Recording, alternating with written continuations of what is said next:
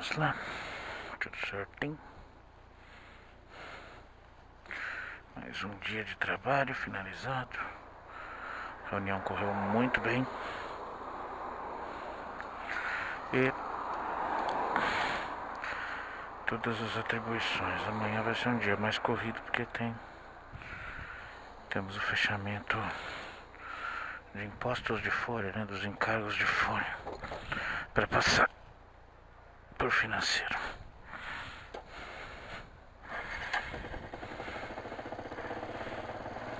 Vamos lá. A moto tá imunda.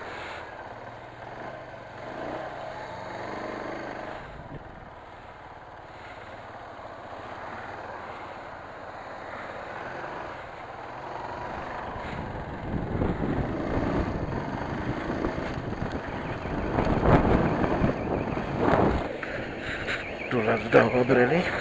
Então, realmente, eu até achei que ia estar pior. Dá até um certo desgosto de querer limpar ela, lavar ela. Porque todo dia aqui ela vai ficar bem sujinha mesmo. Olha o Chrysler aí, ó. Bom, terminada a quinta-feira.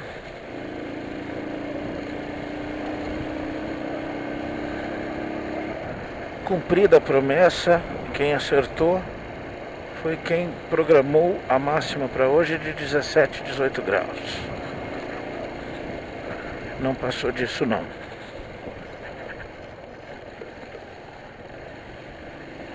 Amanhã vai estar um pouquinho menos ruim do que hoje. Como eu disse, era uma frente fria fraca, né? Quando você vai pela esquerda para continuar é complicado, né? Você não entendeu muito as coisas, né? Eu esqueci completamente o que eu estava falando, claro.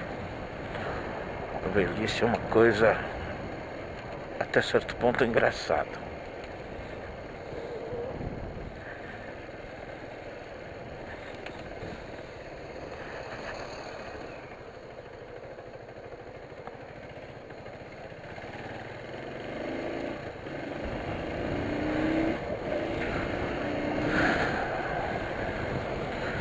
Eu fui bem ninja, hein? Bom, hoje temos o Jogo do Brasil. Pelas eliminatórias da Copa, o Brasil já está classificado, é o primeiro lugar, folgado.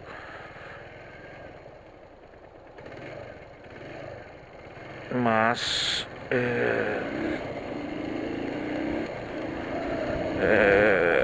ainda quer manter a liderança do ranking. Que eu nunca entendi essa pontuação para falar sobre a liderança do ranking. Ainda quer fazer mais alguns testes, né? Conforme foi muito bem lembrado por alguns jornalistas,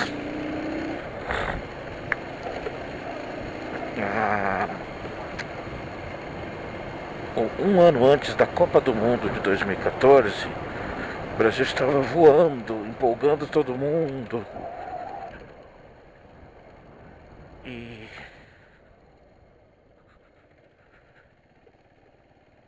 todo mundo viu o que aconteceu na Copa do Mundo, né? Uma seleção realmente medíocre.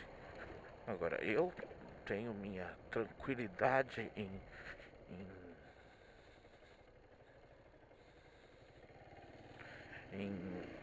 deixar claro que eu nunca elogiei o Filipão, porque primeiro que a colocação do Filipão na seleção, no comando da seleção, foi uma coisa política, foi uma decisão política, porque o Mano Menezes contava com o apoio do André Sanches, que era da administração atual da CBF.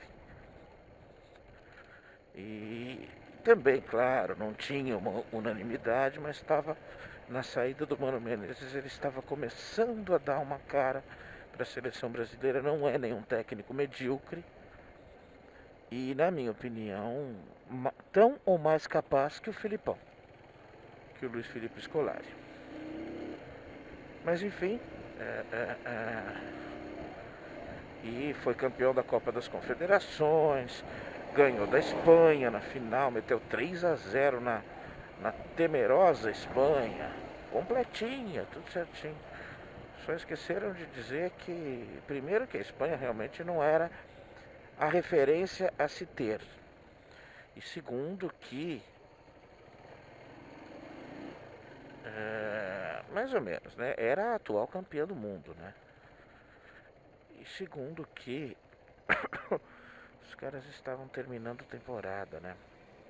Realmente o momento da seleção espanhola não poderia ter. Não poderia ter sido usado como uma referência. Eles não jogaram para perder nem nada disso, mas não colocaram a efetiva importância no esforço deles.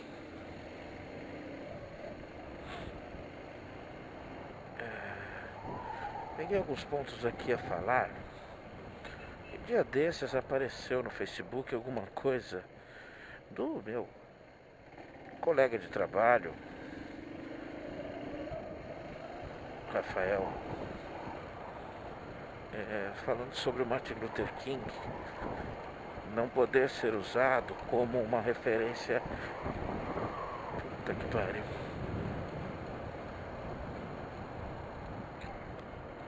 Alô? Alô? Isso?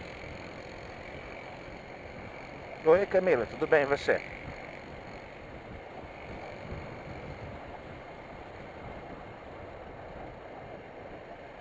Ok.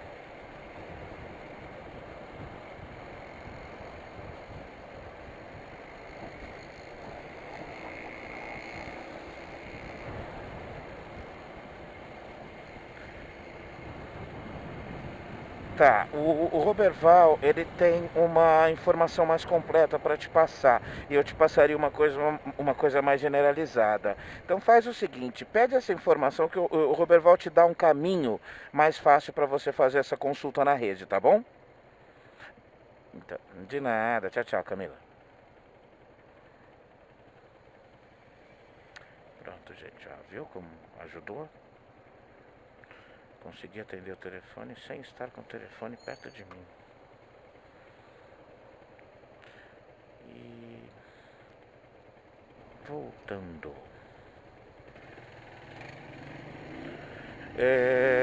Foi um post de que ele, uma pessoa que pensa diferente de mim, colocando alguma coisa no sentido de que é muito comum se ver uma referência a Martin Luther King por líderes esquerdistas. E na verdade ele foi um pastor batista que era contra a união homoafetiva, que era contra métodos contraceptivos e afins. E que ele não poderia ter sido usado. Ele representava uma questão muito mais conservadora. Sim e não.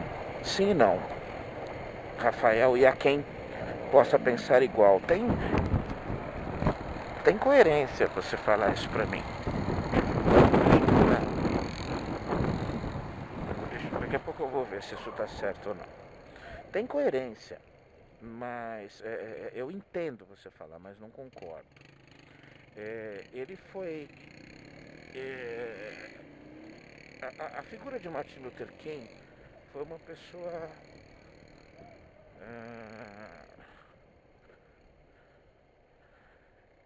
que na vida pública dele, a posição dele era muito mais uma posição de igualdade das pessoas, de que as pessoas não tivessem privilégios por qualquer fator. E isso incomodou muita gente, muito conservador na década de 50 e 60. Ele acabou sendo assassinado, talvez por causa disso. É bem provável que possa ter sido por causa disso. Incomodou muita gente. estava no meio de uma discussão sobre costumes ainda bem racistas que existiam nos Estados Unidos, e ocorreu que houve um caso que acabou sendo usado como um estopim, né, de uma situação incorreta, que foi uma senhora, uma mulher negra, foi... errei, me engafinhei no lugar errado. Foi maltratada, né, por uma mulher branca num ônibus, que essa mulher branca exigiu que ela saísse, desse o lugar para ela, assim, que a senhora negra desse o lugar para ela, porque ela tinha direito. E isso gerou uma discussão no ônibus, não sei qual foi o desfecho específico, mas isso acabou chamando a atenção ao fato. E gerou uma comoção muito grande, era um assunto que estava fervilhando na época. E Martin Luther King, entre outros, fizeram uma marcha em prol da igualdade, em prol da... agora eu quero ver o que você vai fazer aí. Em prol de uma... Enfim, para se alertar em relação a isso, não só isso, a presença dele, a figura dele representava, claro, principalmente e inicialmente, a questão racial nos Estados Unidos, que não é que era forte, é muito forte. Hoje é menos, mas é muito forte.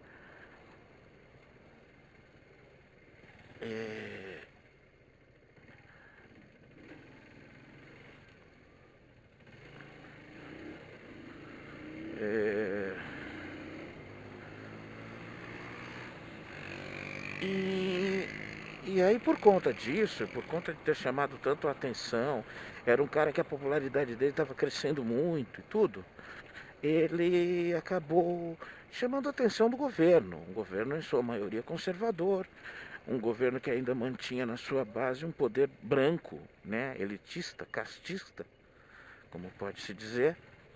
E isso, nossa, cara, o trânsito está simplesmente um horror.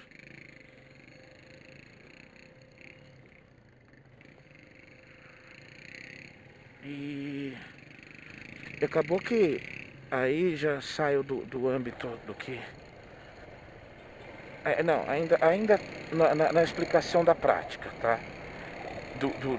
Desse levantamento do Rafael em relação a não ser correto a associação da figura do Martin Luther King pelas alas esquerdistas, né?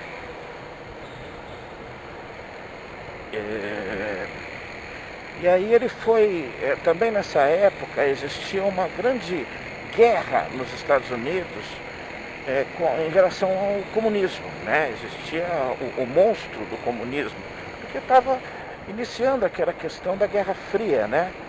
Da separação dos Estados Unidos da União Soviética, e formar esse estereótipo do inimigo público número 1, que era o comunismo, né? E era como se fosse... A gente pode comparar esse movimento dessa época com quase como uma inquisição. Muita gente foi perseguida, enfim, usava-se o FBI, os recursos do FBI, para se investigar pessoas suspeitas de envolvimento com alguma causa, alguma questão do comunismo. Eu não vou falar sobre isso agora.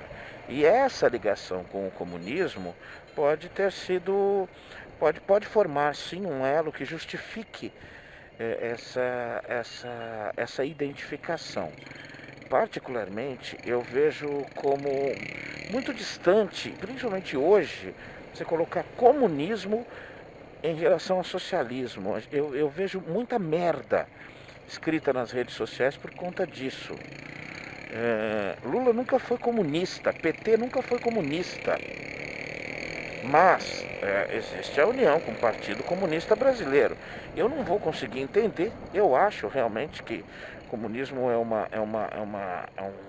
um regime medíocre, ridículo, comprovadamente falso e falho.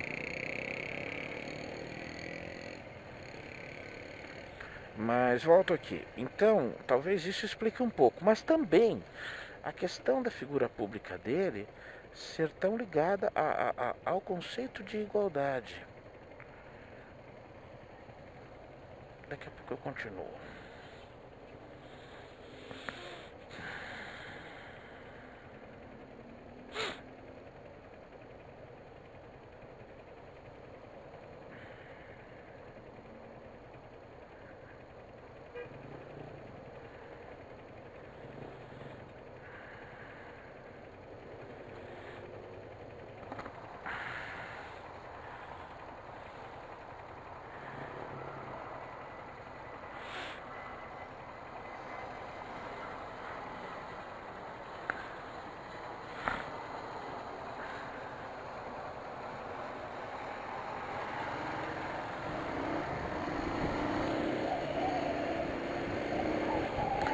E pode se justificar também por conta de... Hoje de manhã eu falei sobre isso.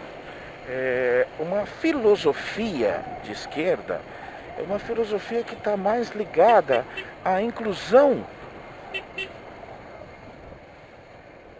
de todos, à diminuição das distâncias. E uma direita, um modelo conservador, levaria mais em conta a questão da meritocracia, do nascimento, da família, enfim, a questão de que o que e conserve-se o que tem, e quem não tem não teve sorte. Na prática é assim que eu entendo. Eu posso realmente estar enganado, mas não muito. Só um pouco, na forma como eu me explico. E aí, pronto, a parte, um querendo vir para a esquerda, outro querendo vir para a direita. A parte que importava para justificar isso, eu estou falando aqui. Eu não gosto de colocar lá, eu nunca respondo as coisas que o Rafael coloca. Acho que dá para... Até porque trabalha comigo, não quero criar uma situação de constrangimento. Nós nos entendemos em muita coisa. Deixo isso muito claro.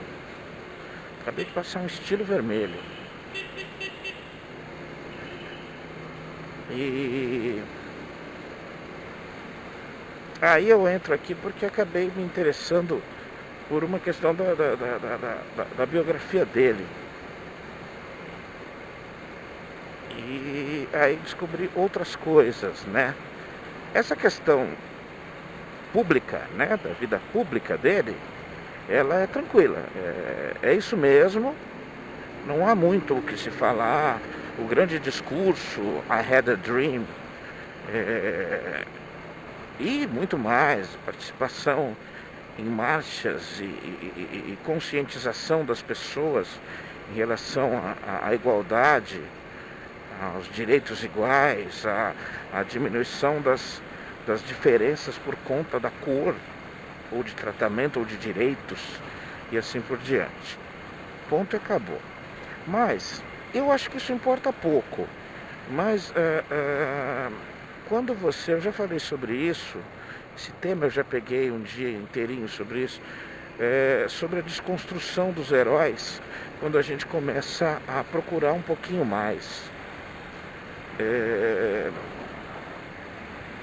Não só os motivos foram toscos, mas o FBI, para tentar intimidar o Martin Luther King a não... o nome dele de nascimento era Michael, tá? Mas o pai mudou o nome e mudou o nome dele. Era Martinho Lutero, né?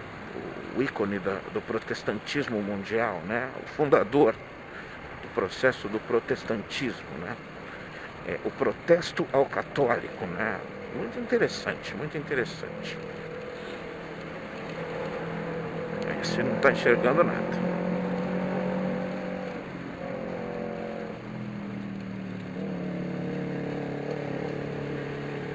Obrigado, hein?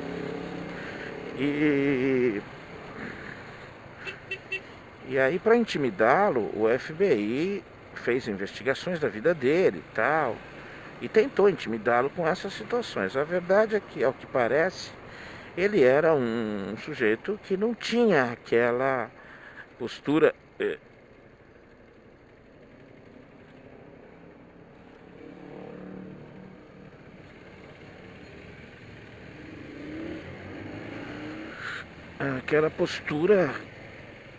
completamente correta, né? Ele era basicamente um viciado em sexo. E ele exercia, ao que parece, certo fascínio nas mulheres e tal, tal, tal. Enfim, e se aproveitava muito bem disso.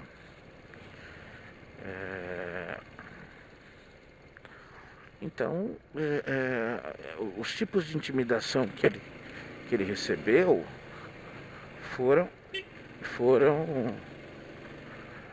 nesse sentido, recebendo fotos do FBI dizendo: vou publicar, vou tornar isso público e tal, mas na verdade o que aconteceu foi que os próprios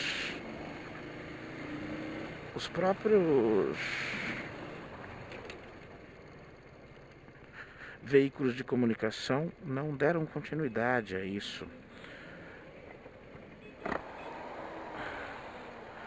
Não sei se por um valor moral específico ou por uma questão politicamente interessava mais naquele momento.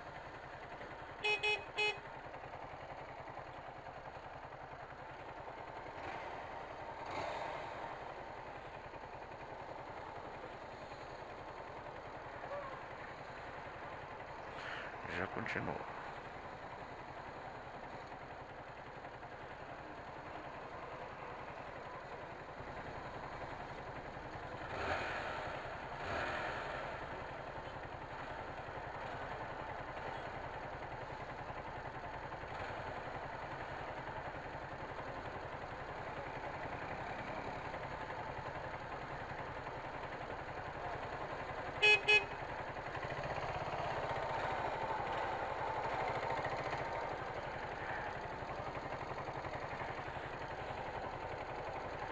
Não tô entendendo o que tá pegando aqui, né?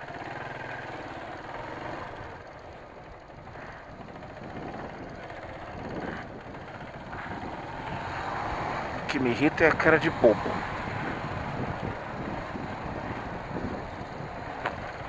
Voltemos. E isso acabou nunca entrando na mídia. Não se sabe se é um boato de que isso realmente tenha chegado na mídia ou não.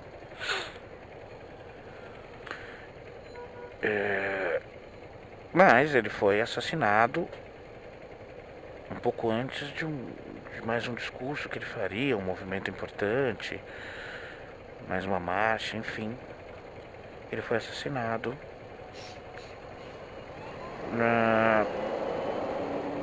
no hotel que ele estava hospedado.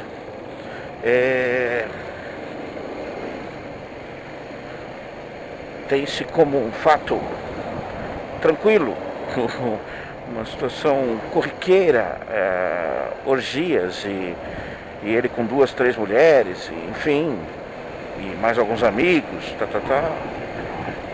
E até ele se encontrou, ele foi recebido e cumprimentado pelo presidente John Fitzgerald Kennedy.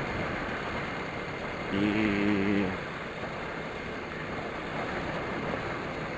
dizem que na noite desse encontro, anterior a esse encontro, o hotel que eles estavam hospedados quase expulsou ele e toda a comitiva da igreja, porque, entre outras coisas, o cara saiu pelado correndo atrás de prostituta no saguão do prédio. Enfim, parece que a vida pessoal dele realmente era uma coisa a se definir, mas era uma vida pessoal, então não nos cabe, não é justo. Por mais que possa ser bem possível, na minha opinião, não mancha a mensagem que esse cara deixou. mais uma pessoa falando sobre igualdade, sobre redução de desigualdade, principalmente em algum aspecto. E deixe-se claro, aí sim uma pessoa que eu admirei, a senhora Cora, esposa dele. Ela assumiu a liderança de movimentos pela igualdade e não só isso, provavelmente se desligando das bases da Igreja Batista, da igreja específica do ex-marido. Ela também passou a ser símbolo de defesa de causas LGBT. E isso é muito bacana, porque, assim, sempre perguntada sobre a infidelidade do marido, ela sempre deixou isso muito claro. Eu não levava a ele esses problemas, ele tinha problemas demais a resolver. Ele não era um cara presente em casa, isso é fato. Ele não participou da criação dos filhos, isso é fato. E ele foi uma figura pública enorme, inestimável, isso é fato. Não é interpretação. O que não se pode fazer é a covardia de denegrir o trabalho público dele por conta da vida pessoal dele. Nossa, nem te vi, brother. Você tá com o farol ligado? Deixa eu ver. Está. Não vi, não. Veio muito rápido. Que susto. E as pessoas têm o costume de fazer isso. É o que eu estava falando ontem sobre Sócrates. Ah, ele era um alcoólatra. Sim, ele pagou por isso bem caro. Bem caro. Ele tentou, inclusive, alertar as outras pessoas em relação a isso nos últimos anos da vida dele. Isso é muito importante que se diga. Então eu não tiro o mérito. Justamente, eu até acredito que a imperfeição torna os fatores dignificantes da pessoa maiores ainda. Ele era uma pessoa, vamos dizer o Martin Luther King, tá? Ele tinha problemas sérios com ele mesmo, com a vida. Devia viver várias vergonhas na vida dele. E ao mesmo tempo era uma figura pública inestimável. Falava coisas sensatas, corretas, dignas. Tá? Eu estou tirando até todo o aspecto religioso, eu não quero nem entrar nisso, não precisa. Tanto que dos pouquíssimos feriados que existem nos Estados Unidos, lá em novembro, se eu não me engano, a terceira segunda-feira do mês, acho que é isso, é celebrado o dia de Martin Luther King. Tá? Para se lembrar do que estão falando, para se lembrar que ainda tem que se lembrar. Tá? Bacana isso, bacana. O Sócrates, para mim, não ficou menor por ter sido o jogador fantástico que era e ser alcoólatra. Ele ficou maior, porque ele foi um jogador fantástico. Jogou até 38, 39 anos de idade, fantástico, mesmo sendo alcoólatra. E foi uma mente privilegiadíssima, mesmo com os defeitos que ele teve. Eu coloco isso com muita tranquilidade. Eu li o livro e assisti o filme A Última Tentação de Cristo. E confesso a você que eu sei que é uma obra de ficção. Tá? Não preciso fantasiar sobre aquilo. Aliás, talvez estejamos falando de duas obras de ficção, a oficial e este livro que eu estou falando. Eu me lembro muito bem que me impressionou o prefácio. O autor se declarando um católico praticante, mas que queria ser fiel ao seu senso criativo, mas dando respeito maior a ele do que às suas próprias convicções pessoais. E o quanto ele sofria ao desenvolver o livro. Realmente bem bacana, bem interessante, muito digno, muito bonito. Agora, a história em si de um Cristo que era carpinteiro, construtor de cruzes. A história em si de um Cristo que não fazia a menor ideia do que ele estava fazendo, do que era realmente, efetivamente, a missão dele. E tentava captar as leituras do que ele achava certo para fazer. E que mesmo assim, com garras cravadas na sua testa, toda vez que fazia alguma coisa errada. É um livro bem cruel. Esse Cristo sofre muito, mas mesmo assim, ele consegue fazer tudo. Principalmente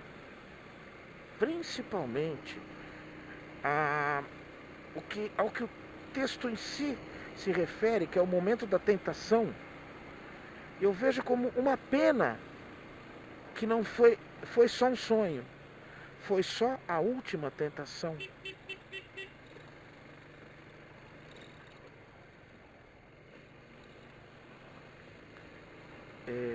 Aquilo torna esse fictício Cristo muito maior do que um suposto Cristo predestinado, já sabendo tudo que ele tinha que fazer, por quê, como, em que momento.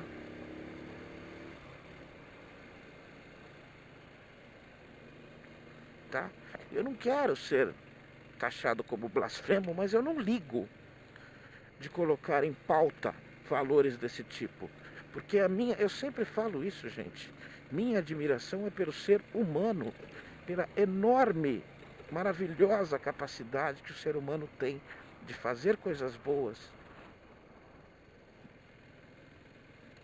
de ser bom pra caramba e de, no meio das incertezas e inseguranças, fazer coisas bacanas pra caramba, melhorar a vida dos outros e assim por diante. Então, é claro, é evidente que eu me apaixonaria por esse Cristo do livro A Última Tentação de Cristo. É realmente fantástico, é realmente fantástico. E recomendo, viu? O filme é muito, muito fiel ao livro. Isso é muito bacana, é difícil de ver. Eu me lembro, na época era VHS. Eu me lembro que eram duas fitas, era dupla. Fita dupla. E fantástico, adorei, um dos filmes e um dos livros mais bacanas que eu já li. Na época eu ainda não era agnóstico, eu ainda era um relativo religioso, um relapso religioso, mas um religioso. E lamentei, né, não ser aquela a história correta, a história oficial. Tornaria esse Messias muito maior, muito maior. Aquele que pôde errar e mesmo errando conseguiu cumprir. Aquele que tinha imperfeições e não perfeições. Porque perfeição humana é uma coisa impossível. Tá? O conceito de perfeição não é possível, de entendimento do ser humano. Tanto que o maior motivo, vocês sabem disso, de eu não aceitar esse Deus, principalmente cristão, mas esse Deus de concepção humana, é justamente porque eu tenho certeza que nós não temos capacidade para entender nada perto do perfeito. E para existir um Deus, tem que ser alguma coisa perfeita, e o ser humano não é capaz de entender isso. O perfeito pode ser um sinônimo de Deus, de um possível Deus. Mas com toda certeza, ele não tem nada a ver com essa concepção divina que a humanidade criou. Porque ela é tão imperfeita quanto o ser humano. Então ela não é divina, ela é humana. Essa concepção é só humana, não descreve nada divino. Muito pelo contrário, essa tentativa de interpretação levou a absurdos de conceitos extremamente imorais. Extremamente imorais. Eu não vou comentar sobre 3 garotos grandes empinando pipa. Não, parece não ser importante, né? Parece não ser. Pensei que eu ia conseguir passar, não consegui.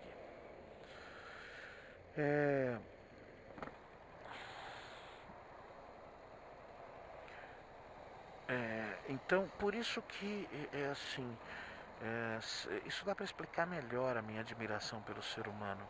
Com toda essa imperfeição, com toda essa imperfeição, nós conseguimos fazer tanta coisa sensacional, tanta coisa bacana demais, demais, demais. O que nos torna humanos é a nossa própria imperfeição. É a luta contra ela. Imperfeição é tudo, gente. Imperfeição é irracionalidade, imperfeição é violência, imperfeição é desamor, imperfeição é egoísmo, imperfeição é incompreensão, imperfeição é força bruta. E mais uma porrada de coisa, né? Agora, com tudo isso, que nós temos tudo isso na gente, a gente consegue fazer um monte de coisa legal. E de, comparativamente, estar sempre melhor do que o passado. Por isso, aí eu termino. Olha só que legal hoje, hein? Por isso, eu termino dessa forma. Cuidado. Uma coisa é a nossa dívida com o passado em relação à gratidão pelo que nós somos hoje. Outra coisa é achar que ele pode ser aplicado novamente. Não. O passado já fez o seu papel. O presente e o futuro têm que fazer outra coisa. Tem que aperfeiçoar o que esse passado fez. Tchau, gente. Até mais.